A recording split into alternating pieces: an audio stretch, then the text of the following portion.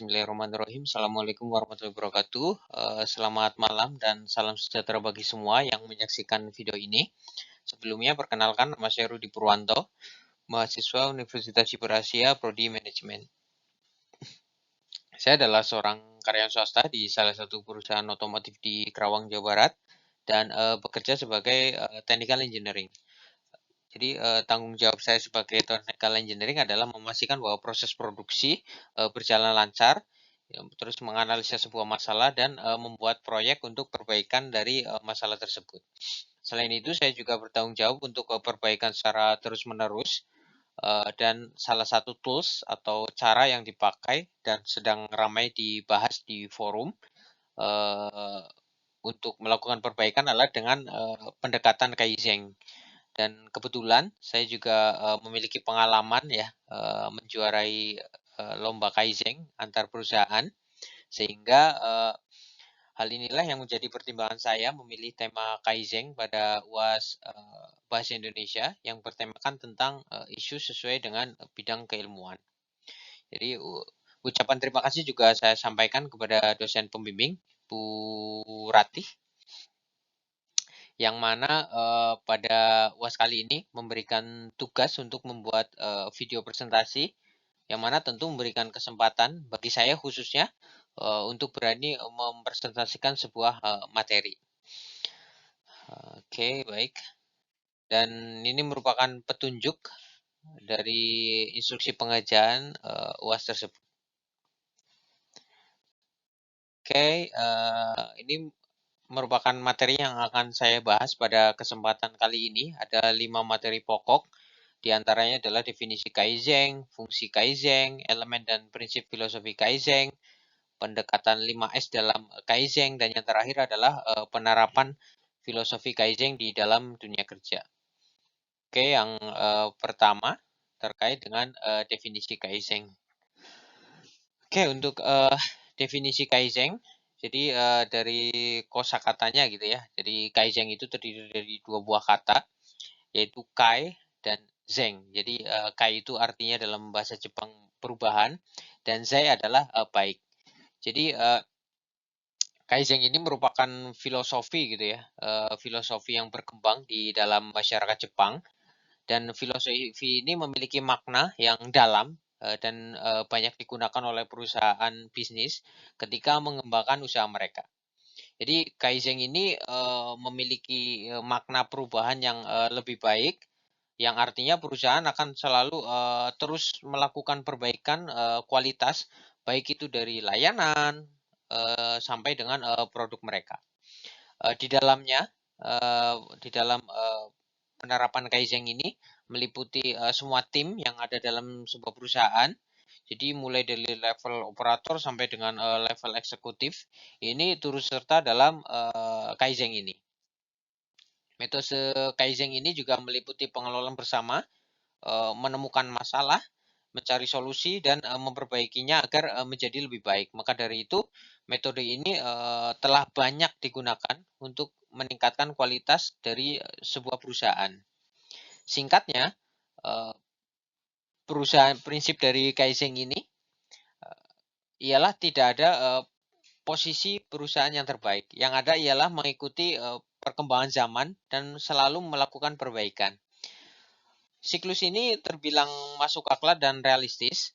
Jadi di mana perusahaan pasti pada saat tertentu yang akan berada dalam posisi tertinggi, kemudian bisa juga pada suatu saat akan jatuh ke bawah.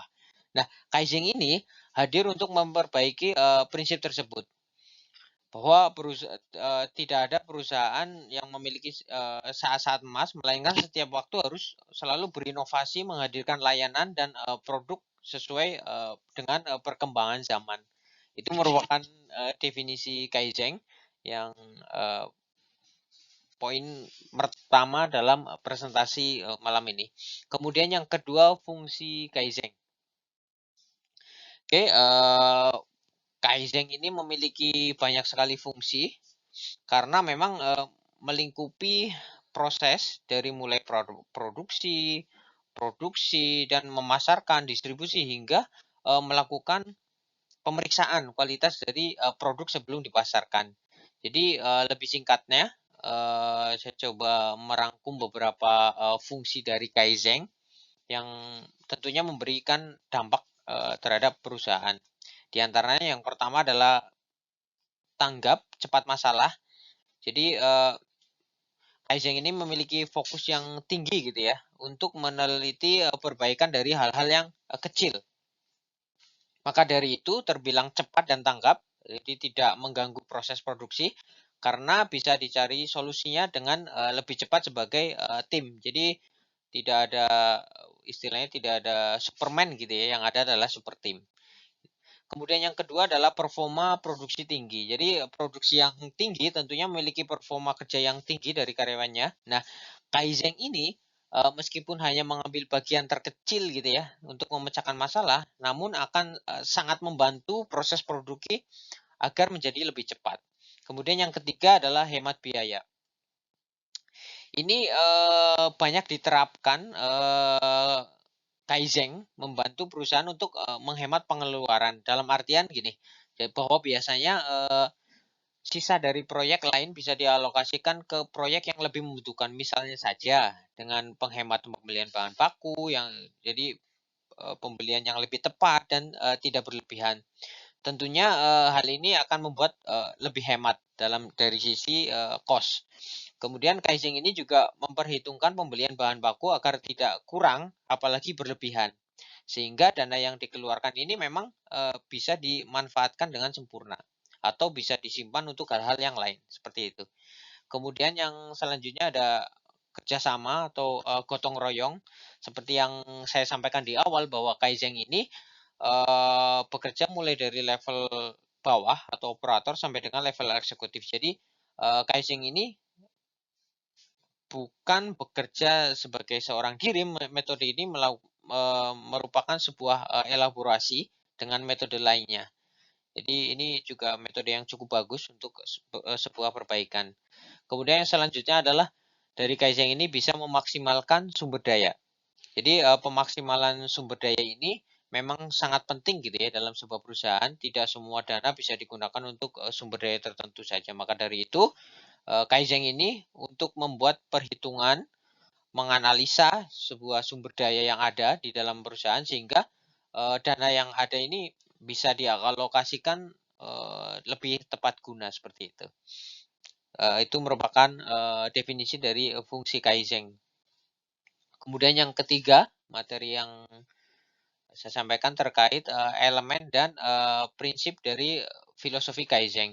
Ya, jadi menerapkan filosofi Kaizen di dalam dunia kerja dapat memberikan kontribusi pada perbaikan sistem. Jadi perusahaan akan menjalankan filosofi Kaizen yang berpedoman pada perbaikan dari sisi prosedur untuk meningkatkan sebuah bisnis. Jadi filosofi ini bisa meningkatkan fokus dari sebuah perusahaan dalam mencapai target atau tujuan. Adapun beberapa elemen atau prinsip dari filosofi Kaizen di dalam dunia kerja, diantaranya adalah yang pertama ada manajemen komitmen. Apa itu manajemen komitmen? Jadi kegagalan dalam penerapan Kaizen biasanya itu berawal dari kurangnya komitmen dalam segi manajemen. Jadi filosofi ini menekankan pada manajemen dalam operasional perusahaan. Jadi pendekatan Kaizen dapat dimulai dari level manager kemudian turun ke level bawah sampai dengan operator. Jadi ketika level manajerial menunjukkan sebuah komitmen yang kuat jangka panjangnya untuk melakukan perbaikan terus-menerus, manajer ini mau tidak mau menindaklanjuti inisiatif dari karyawan secara pribadi. Jadi ikut juga mengembangkan pola pikir dari Kaizen. Jadi itu yang pertama terkait dengan manajemen komitmen. Kemudian yang kedua adalah employee empowerment atau melibatkan karyawan. Jadi karyawan yang bekerja atau mengetahui cara terbaik untuk meningkatkan kinerjanya ini, pemimpin harus menciptakan lingkungan di mana orang merasa diberdayakan gitu ya, atau dilibatkan sarannya untuk perbaikan Jadi agar mereka merasa bahwa perbaikan itu datang dari semua jajaran. Jadi memberdayakan karyawan sama halnya dengan mendorong pekerja untuk terus memberikan nilai tambah bagi organisasi. Jadi tidak hanya meningkatkan semangat kerja gitu ya, tetapi juga berkontribusi pada keberhasilan penerapan Kaizen.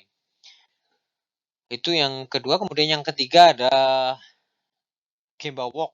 Gemba Walk itu berasal dari istilah Jepang juga atau Gembutsu yang berarti adalah tempat yang sebenarnya.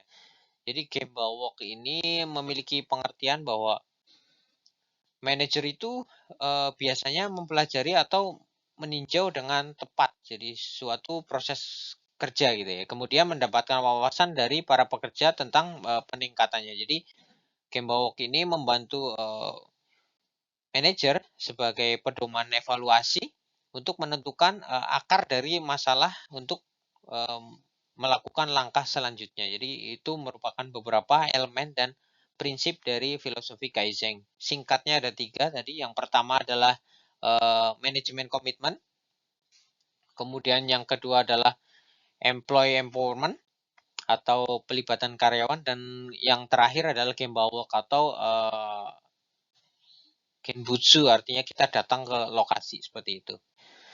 Kemudian yang materi keempat ini terkait dengan pendekatan 5S di dalam Kaizen. 5S ini cukup menarik juga. Sebenarnya apa sih dari penjelasan 5S gitu ya.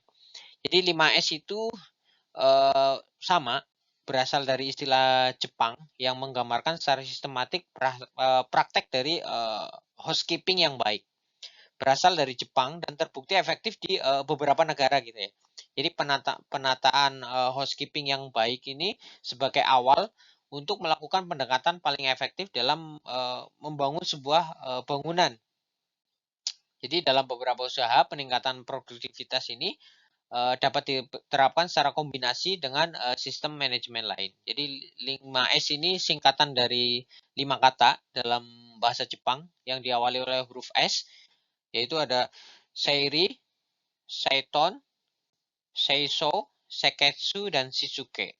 5S ini filosofi dan cara bagi suatu organisasi untuk mengelola ruang kerja dan alur yang dengan tujuan efisiensi dengan cara mengurangi adanya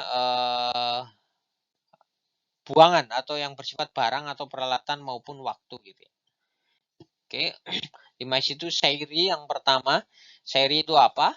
Seiri adalah membedakan antara barang yang diperlukan dan tidak diperlukan, serta membuang yang tidak diperlukan. Jadi Seiri itu singkatnya menyingkirkan barang-barang yang tidak diperlukan dari tempat kerja.